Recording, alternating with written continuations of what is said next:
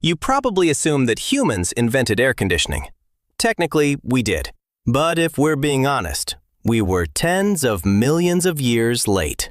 This story didn't begin in a lab or a factory. It began in two places at once. Beneath the frozen ground of Ice Age Europe, where our ancestors clung to every extra degree of warmth just to make it to morning, and out on the scorching African savanna with a tiny, blind builder the size of a grain of rice. By the end, you probably won't look at that humming box in your window the same way again, and you'll know who really holds the patent on staying cool. The catch is, nobody ever got around to filing it. In the summer of 1902, a young engineer named Willis Carrier was standing on a foggy train platform in Pittsburgh when he figured out how to make air give up its excess moisture. A few months later, he built the world's first modern air conditioning system, and not to make anyone more comfortable. He'd been hired by a Brooklyn printing plant, where the humidity was smearing the ink and warping the paper. So the invention that would go on to make skyscrapers, packed summer movie theaters, and the internet server rooms possible got its start with a smudged print job. Humanity patted itself on the back and wrote the date into the textbooks. One problem: the real pioneers of climate control had already been sitting right under our feet for tens of millions of years, and they were smaller than your fingernail. But first, the humans. The ones who lived long before the first cities, before writing, before any borders on a map. The people of the Ice Age for whom one extra degree of warmth could be the difference between life and death. Knowing nothing of physics, not a single formula, they stumbled onto a remarkably simple trick. They let the earth and heavy walls do all the work for them. Start with the most obvious ancient home, the cave.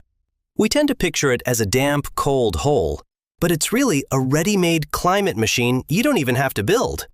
The surrounding rock heats up and cools down agonizingly slowly, so deep inside, the temperature barely shifts, not over a day, not over a season, sometimes not even over centuries. In England's Kent's Cavern, it holds around 58 degrees Fahrenheit all year round. In summer, it's cool in there. In winter, it's warmer than outside. No wonder caves are exactly where archaeologists find the ash of old fires, stone hand axes, and mammoth bones. This was the first home with built-in climate control, and our ancestors used it for tens of thousands of years without paying a cent. It's the same principle as the earthen walls of a termite mound. Sheer mass simply smooths out whatever the weather does outside. And yet, for all their ingenuity, our ancestors were late to this story. Long before the first human ever crawled into the first cave, someone had already solved the same problem: a home with a steady climate in the middle of a merciless world. And they'd solved it more elegantly than we ever would.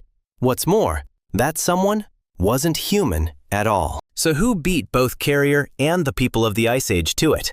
The answer was quite literally under our feet the whole time, and it stands about the size of a grain of rice. Termites, specifically the species that raise enormous earthen towers across the savannas of Africa, Australia, and South America. The insects themselves are blind, soft-bodied, and utterly helpless on their own. But a colony of millions builds a structure that puts any human construction project to shame once you scale it to the size of the builder. And more importantly, these towers have kept an almost perfectly steady climate inside for tens of millions of years, with no electricity, no fuel, and not a single moving part. Now for the size, because the numbers sound made up. The tallest termite mounds rise as high as a 2-story house. The reliably measured record is a tower of nearly 29 feet, found in Somalia back in 1968. A thought experiment: blow a termite up to our size, and its tower would stand many times taller than the tallest skyscraper on the planet. And that's not the limit. In northeastern Brazil, there's a field of nearly 200 million mounds spread across an area the size of all of Great Britain. Each mound is about 8 feet tall and 30 feet across. Over a few thousand years, the termites hauled up roughly as much soil as it would take to build 4,000 Great Pyramids of Giza. The whole thing is so vast, it's visible from space, built with no blueprints, no foreman, and no union. But back to the main trick, the climate inside. Many termite species farm fungus gardens underground. The fungus is their staple food, and it's fussy. It demands almost 100% humidity and a steady 86 degrees Fahrenheit. Outside, on the savanna, a single day can swing from a cool night down in the 30s to a blistering noon well past 200. How do you hold a steady microclimate when the world around you keeps flinging you from the fridge to the oven? The termites solved it with architecture.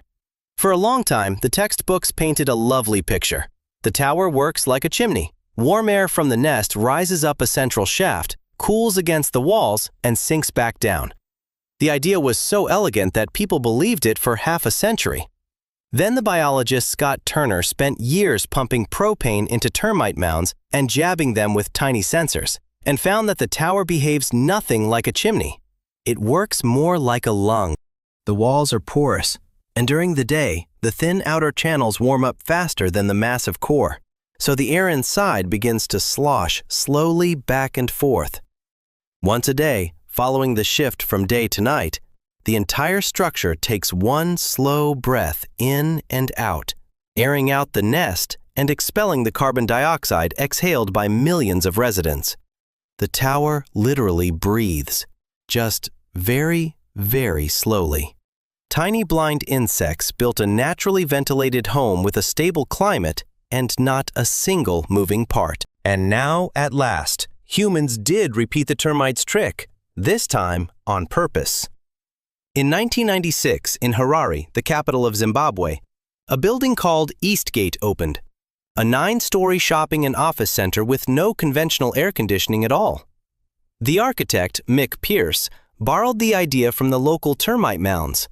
Massive walls bank the night's cool and release it slowly through the day, while air drifts through the building on its own and escapes through dozens of chimneys on the roof.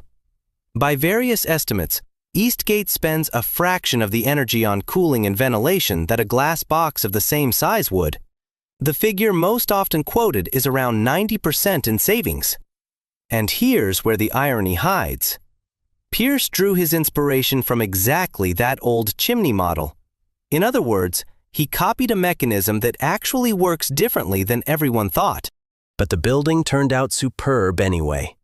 Without realizing it, Pierce had reproduced the termites' real secret. Thick, breathing walls, and a reservoir of cool stored in the mass of the stone. As Turner himself later observed, Eastgate succeeded not because the architect blindly copied nature, but because he was good and happened to meet nature where it mattered most. Take a step back, and a sobering thought comes into focus. We're used to treating air conditioning as the crowning achievement of civilization, the button that separates us from the wild. But the idea of a home that holds its own temperature is as old as humanity, and far older still. Insects arrived at it independently back in the age of mammoths, and so did our Ice Age ancestors, the ones who hid from the cold in caves and stacked houses out of mammoth bones. Ancient people were far more inventive than it flatters us to think. Without electricity or physicist textbooks, they read the cold, the heat, and the very ground beneath their feet, and built shelters that regulated their own climate. All we did was add a wall socket. So the next time you hear the steady hum of an air conditioner, remember, this invention isn't 100 years old. It's millions. And the very first patent, if nature handed them out, would have gone to a creature the size of a grain of rice. If you enjoyed this trip through time, hit like and subscribe. There are many more stories ahead about how the ancient world solved problems we're still scratching our heads over today.